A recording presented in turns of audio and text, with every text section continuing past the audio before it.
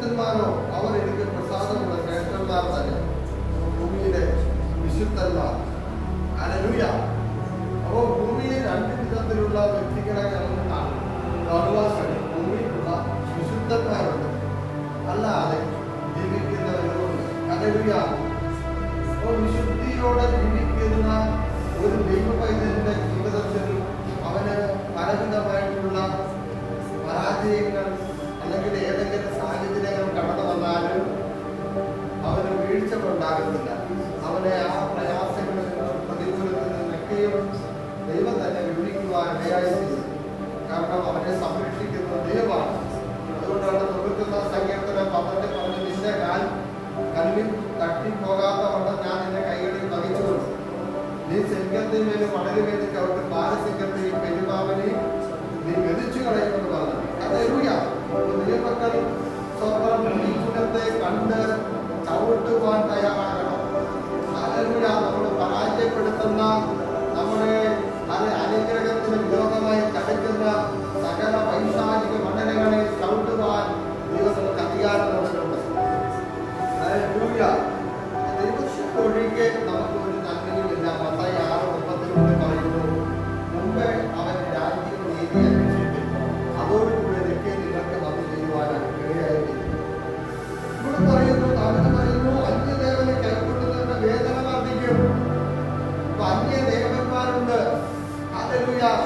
അവരെ ആരാധിക്കുന്നവരുടെ ജീവിതത്തിൽ അവർക്ക് സ്വന്തം കഷ്ടതയുണ്ട്, പ്രതികൂലമുണ്ട്, വെല്ലുവിളികൾ, സ്വന്തം പലവിധമായിട്ടുള്ള പ്രശ്നങ്ങളെങ്കിലും അവരെ പോരാടിക്കൊണ്ടേയിരിക്കും. അവർക്ക് അതിൽ നിന്നൊരു മോചനം ഒരിക്കലും ലഭിക്കുന്നില്ല. എന്ന ദൈവത്തെ അറിയുന്ന ദൈവത്തിന്റെ ജീവിതത്തിൽ സത്യത്തിലും ആത്മാവിലും ആരാധിക്കുന്ന ഒരു ദൈവമുണ്ടെന്ന് മനസ്സിലായി കഴിഞ്ഞാൽ അവന്റെ ജീവിതത്തിന് പോരാട്ടമുണ്ട്, അവന്റെ ജീവിതത്തിന് കഷ്ടതയുണ്ട്, അവന്റെ ജീവിതത്തിന് വേദനയുണ്ട്. എന്നാൽ ഇതിനൊക്കെയും ദൈവം അവരെ വിടുവിക്കുകയാണ്. 5 അതിന്റെ 19 പറഞ്ഞ 6 കഷ്ടം എന്നെ ചെയ്തു. ആ ദിവസത്തിൽ 8 നേരം കടന്നു വന്നുകൊണ്ട് 7ാമത്തെ തിന്നതിന് തുടർന്നില്ല. ഹല്ലേലൂയ. ഒരു ദൈവപൈതലിന്റെ ജീവിതത്തിൽ അവന് കഷ്ടതയുണ്ട്, പ്രയാസങ്ങളുണ്ട്. പക്ഷേ ശത്രു തൊടാതെ വണ്ണത്തിൽ ദൈവം നമ്മളെ സംരക്ഷിക്കുന്നത്, ഹല്ലേലൂയ, അത് ദൈവത്തിന്റെ കരുതലാണ്. നമ്മൾ ഇന്ന് പകൽക്കാലം തിരിച്ചറിയണം, നമ്മൾ ഏതൊക്കെ സ്ഥലങ്ങളിൽ യാത്ര ചെയ്യുന്നു, ഏതൊക്കെ വിധത്തിൽ നമ്മൾ പോയി കടന്നു വരുന്നു. നമ്മളെ പരിപാലിക്കുന്ന ഒരു ദൈവമുണ്ട്. ആ ദൈവത്തെയാണ് സത്യത്തിലും ആത്മാവിലും ആരാധിച്ചാൽ അവന്റെ ജീവിതത്തിൽ വേദനയുണ്ടായി, പ്രശ്നങ്ങളുണ്ടായി, പ്രതികൂലമുണ്ടായി അവൻ പകർന്നു പോകുവാൻ ദൈവം അനുവദിക്കുന്നില്ല. സങ്കീർത്തനം 34:18 പറഞ്ഞു,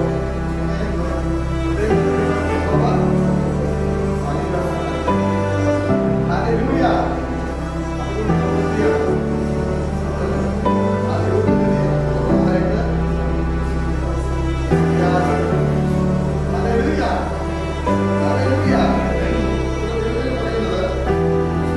അന്യദേവനെ കൈക്കൊള്ളുന്നവരുടെ വേദന വർദ്ധിക്കും. അപ്പോൾ അപ്പോസ്തലപ്രവൃത്തി 18:24 പറഞ്ഞ, ലോകം അതിന്റെ സകലത ഉണ്ടാക്കിയ ദൈവം കൈപ്പണിയായിരിക്കുന്ന ക്ഷേത്രങ്ങളിൽ വാസം ചെയ്യുന്നില്ല. അപ്പോൾ ദൈവം ആരാണെന്നുള്ള ഒരു തിരിച്ചറിവാണ് നമുക്ക് കടന്നു വരേണ്ടത്. ദൈവം സർവശക്തനാണ്, സർവജ്ഞാനിയാണ്, സർവവ്യാപിയാണ്. ഹല്ലേലൂയ. ആ ദൈവത്തെ ആരാധിക്കുന്നവർ ഹല്ലേലൂയ പൂർണ്ണ ഹൃദയത്തോടും പൂർണ്ണ മനസ്സോടും പൂർണ്ണ ശക്തിയോടും കൂടെ ദൈവത്തെ ആരാധിക്കണം. അതാണ് ദൈവത്തെ പറയുന്നത്, അവരുടെ രക്തവാദി ബലികളെ ഞാൻ അർപ്പിക്കില്ല. ഹല്ലേലൂയ. അവര് പറയുന്നത് രക്തവാദി ബലികളെ അർപ്പിക്കരുത്. ഹല്ലേലൂയ. കാരണം ഒരു രാജാവായിരിക്കുമ്പോൾ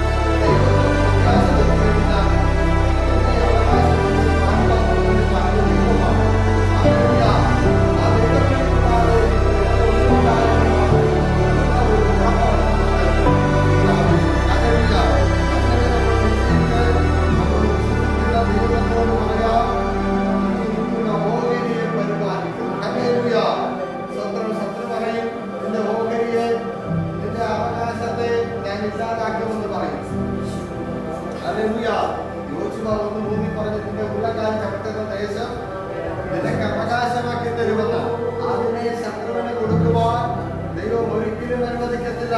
അതിനെ പരിപാലിക്കുന്നത് ദൈവമാണ്. Hallelujah, hallelujah. അതുകൊണ്ട് ദൈവങ്ങളോട് പറയാം, നമ്മൾ ദൈവത്തിൽ പൂർണ്ണമായിട്ട് എന്ത് ചെയ്യണം? ദൈവം ആരാണെന്നുള്ള ഒരു തിരിച്ചറിവാണ് നമ്മളെ അന്ത്യത്തോടെ നടത്തുന്നത്.